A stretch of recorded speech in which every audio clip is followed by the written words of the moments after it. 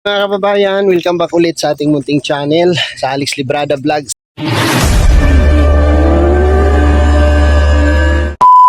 No, isang mapagpalang umaga po sa ating lahat mga kababayan. At ngayon po ay akit kami sa bundok ng Tralala kasi andun yung kapatid ko, no, nagtabas ng kahoy, no, nagtistis ng kahoy. Kaya para dito sa trasis ng bahay. Alright, so akit tayo ulit sa bundok ng Tralala. Ayan, sama ko si brother Tata, oh, may dala kaming ulam para doon na kami kakain. At kasama na rin yung brother ko doon para sabay-sabay kaming mananghalian doon mamaya. Ay, ito na naman tayo. Hingal-hingal na naman tayo nito. Magandang exercise ito, no? Kasi titibay ang ating mga tuhod dito. So, wala kasi kaming problema sa kahoy, guys. Ang problema lang namin yung pagbababa dito, no? So, nagtitistis na yung brother ko doon. At siyempre, babayaran din naman natin yan. Umpisa pa lang.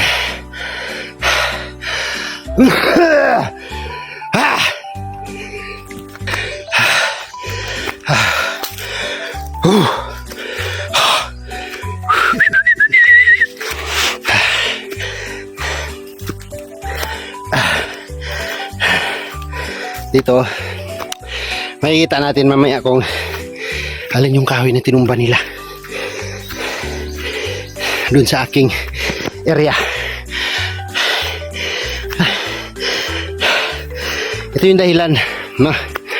Ito yung dahilan mga kababayan na pinilit ko talaga na babahayan si Papa sa baba kasi hirap na po siyang umakyat dito, no? Kaya maraming salamat sa inyo.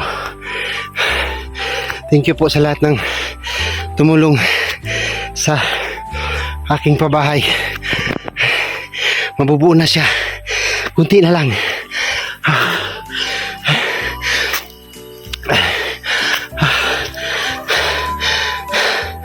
Grabe, ang hirap talaga nang wala na tayong exercise. Oh, ayun, isang akyat pa lang ang ating ginawa. Andito pa lang tayo sa first station. First station. So someday kapag pinagkalooban ako ni Lord, gagawin kong pasyalan yung bundok na yan, no? Gagawin kong pasyalan. Anong tawag doon? Forest attraction. Oh, yun, di ba? Ganda yun, di ba? Forest attraction. Oh my God. My God. Grabe. Sobrang kapoy.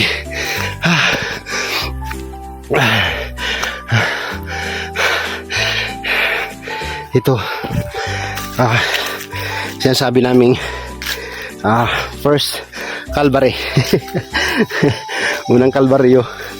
So pagdating mo dito, magpapahinga ka kasi meron siyang malaking puno. Ayan. Dan, malilim. Ayan si Brad Tata, oh.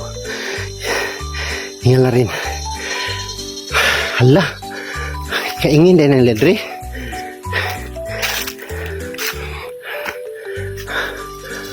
Amo na tong aton boundary.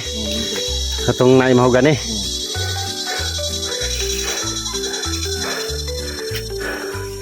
Kinaingin nila.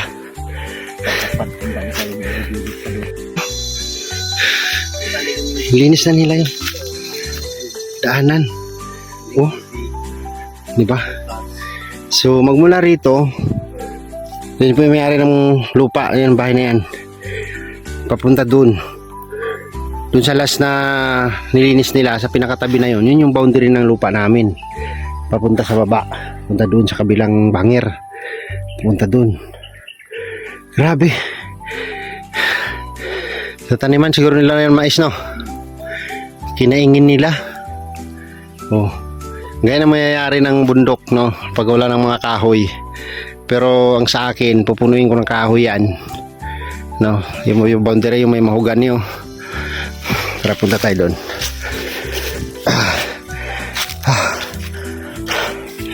Sana maka-survive tayo paakyat. Grabe. So, yan, tataniman nila to ng mais. Pero para sa akin, mas maganda talaga hindi siya gagalawin, no? Kasi mawawalan ng kapit yung lupa na to, no? Mawawalan ng kapit, di ba? At kapag bumitaw yan, abot yan doon sa bahay niya. Yun. Ayun, oh. Lupa ng eskwelahan yan, di ba? Marami na rin mga lawaan pala dyan, bro, do. Lawaan yan. Bakan. Bakan. Hindi nakaabot dito yung lawaan.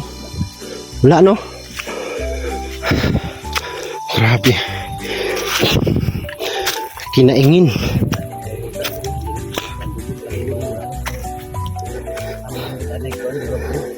Wala na. Wala na yung mga kahoy. Ito, papatayin din nila ito, oh.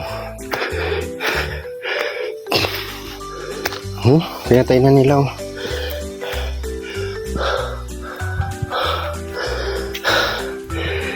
Kinaingin nila, kaingin. Tataniman nila ito ng mais, guys. Kasi sa kanila po ito.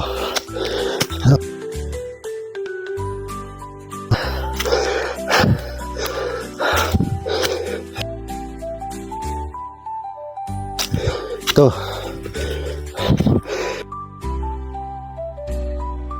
Sa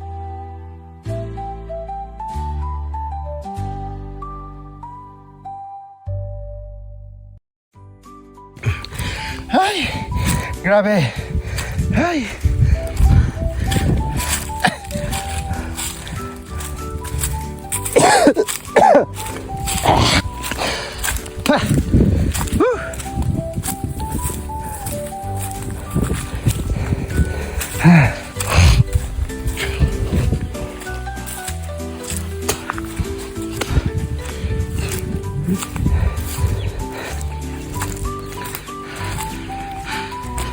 Ay, dami nilang saging. Oh. Wow. Dami saging, oh. Latundan. Latundan. Ah. Ah. Hey.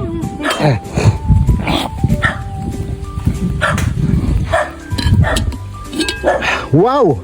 Wow. Kamuting kahoy. Ay, kamuting kahoy, guys. Hop. Ayo. Bulad. Brad. Woo! Brad. Diri sila katulugan.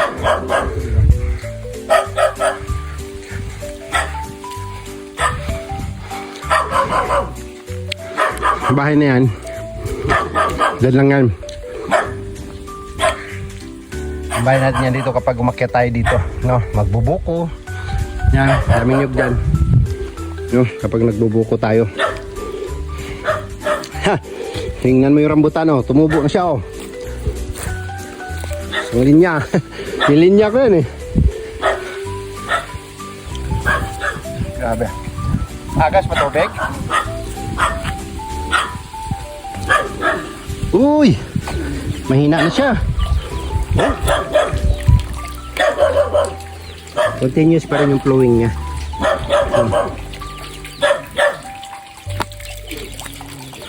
Wala na mga manok.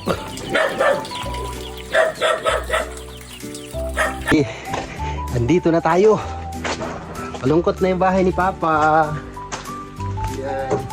Pagkatapos yung bahay dun sa baba, Siyempre, hakutin na namin yung mga gamit dyan na dapat hakutin. Tapos, steady lang yung iba dito kasi gamit din natin yan kapag umakyat tayo dito. Siyempre, nandito yung ating yung mga hanap buhay nila nandito. Di ba? Uy, tambok ng akong kahoy di ayo. Tambok ng akong kahoy. Di ba? Magtanim tayo ng kahoy para sa kinabukasan. Diba? In a future, kapapakinabangan natin yan. Or hindi man tayo, ang mga sumusunod sa ating sa atin, no, yung mga next generation. Hahay! Oh hahay! Baba tayo agad kasi nandun sila ni brother. Nagsisinso sila ng mga kahoy, no? Ay. Nagsisinso sila ng kahoy. Oh, nakapahinga yung rubber ni Papa, oh. Grabe yung ginawa ni Brad Laling, parang tinadtad niya yung puno, ah.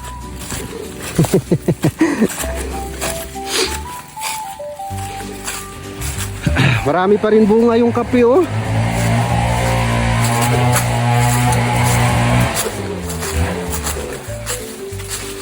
Tapos bibili tayo ng kape. 400 ang kilo. Grabe yan. Ayan na, umaandar na yung chincho niya. Yan, may power so kasi si brother. Kaya napaksi kali ni sanga sa durian, oh.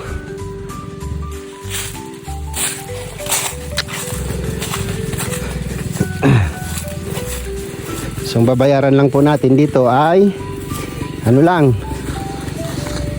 yung pagtistis lang ng kahoy. Yan, lalaki na yung durian ko. Grabe.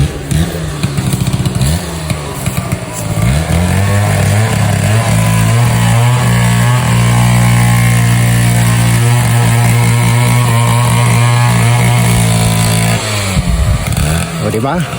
Lamang ka talaga pag may kahoy ka, no? Lamang na lamang ka kapag may kahoy ka. Alang, durian ko. Walang bunga. Ayan, hindi ko kasi pinapagalaw yan dyan, oh. Kasi ano yan, reserve forest ko yan. Reserve forest. Oo, nabawasan na naman yung ano. Nabawasan na naman yung kahoy ko dito. Uy. Grabe. Gandara.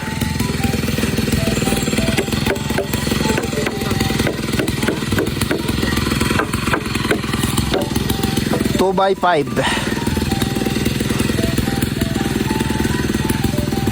Grabe sila, Bradixon.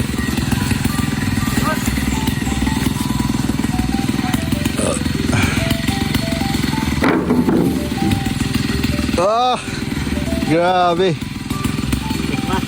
Dako mo gali, no? Ha?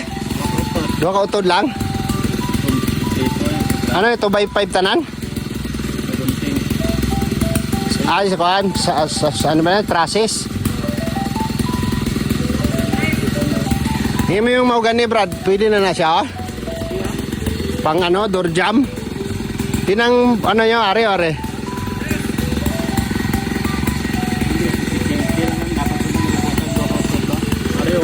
Hari kaya doon ka utod, no?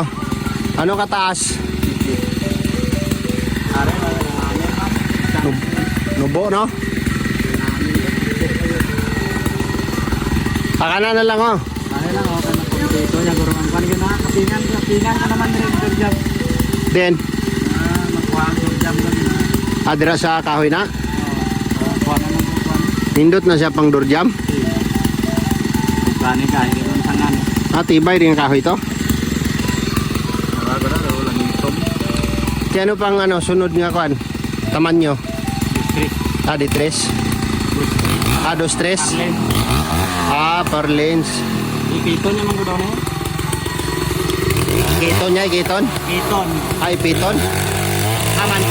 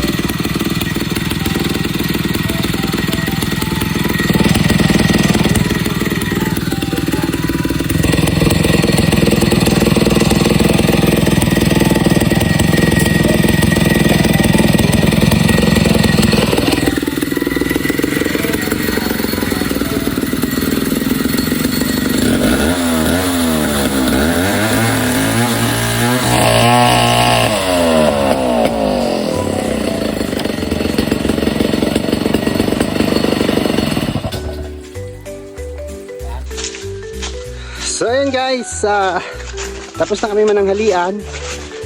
Tapos na kaming kumain. Hindi na namin pinakita sa inyo kung ano ang aming ulam. At babalik na naman kami doon. At may tutumbahin pang isang puno, no, para makumpleto yung ating materyales, no. Kung kahoy natin ay good lumber, no? Good lumber. Hanap tayo. Uy, mandar na naman yung sinso. Hanap tayo. At wala tayong problema. Ang problema lang natin dito, yung bayad sa pagtistis, no? Yung bayad sa pagtistis ng kahoy kay Brad Gagi, no? Nagkakahalaga siya ng 10 pesos per bolt feet, no? Sa atin yung kahoy. Tapos siyempre yung bayad niyan paghakot, no? Kasi galing dito sa bundok ng Tralala, hahakutin natin yan doon. 2 pesos ang bayad sa, ano ba tawag ito? Bayad sa hakot, no? Papunta din sa baba. Alright! Ahoo! Ohahay! Ohahay!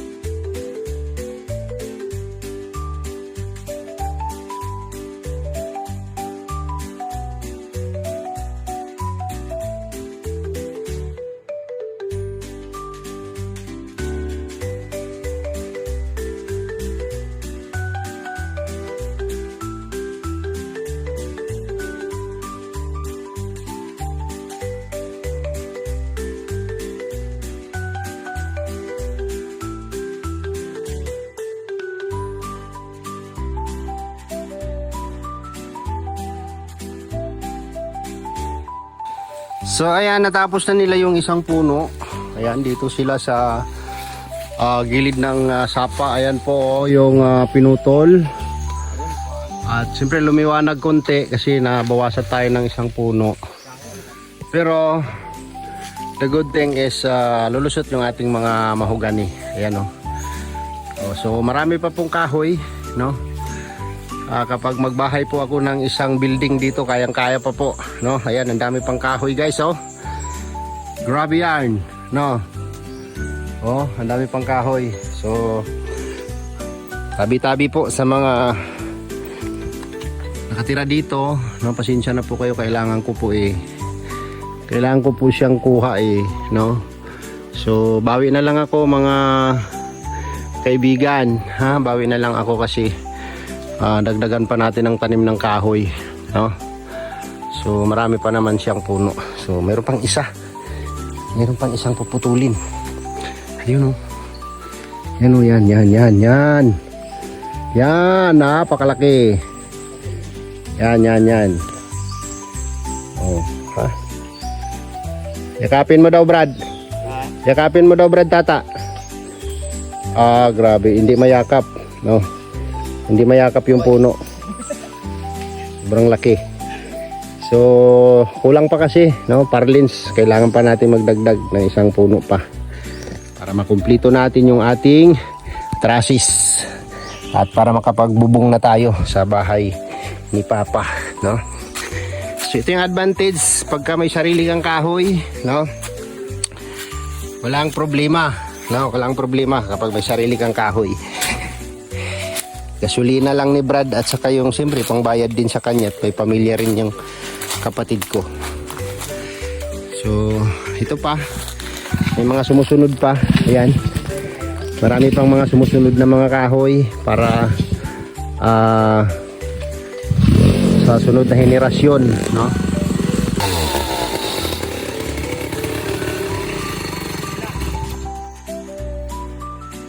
susuli na daw. So ayan, tutumbahin na po. Tutumbahin na siya ang ating isang puno, no? Ito po ay dao, no? Dao kung tawagin.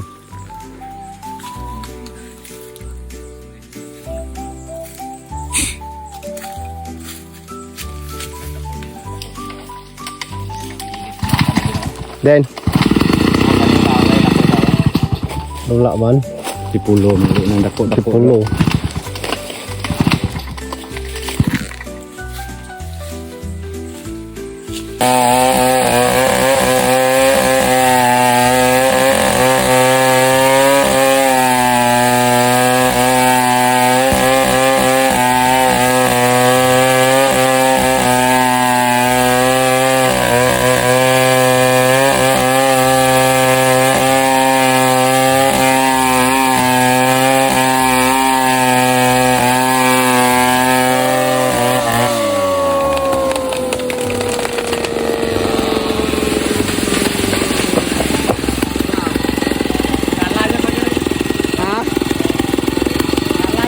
Isa. Then Araw sa puno nga dili mo gani ay kan ba? Green na. Mga to. Nakakanya pa bin ako dito mahulog yung buli oh. Alright. Alright. Grabe yarn. Grabe yarn. Laki oh.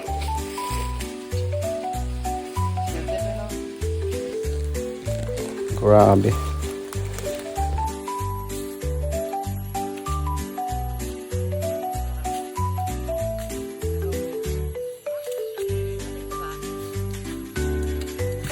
Tawanay, basig may kwan. Halingating.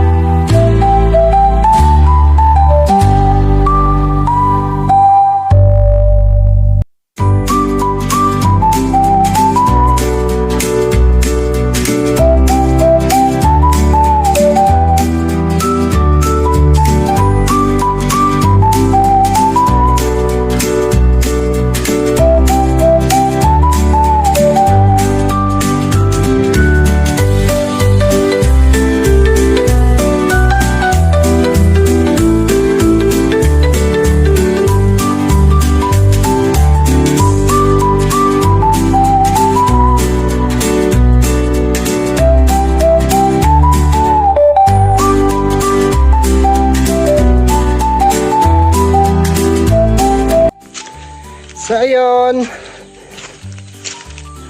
tapos na tayo sa ating vlog dito kasi ano, yung kahoy, kunti na lang ang kulang. Kunti na lang ang kulang. Problema ito paghakot ba, no?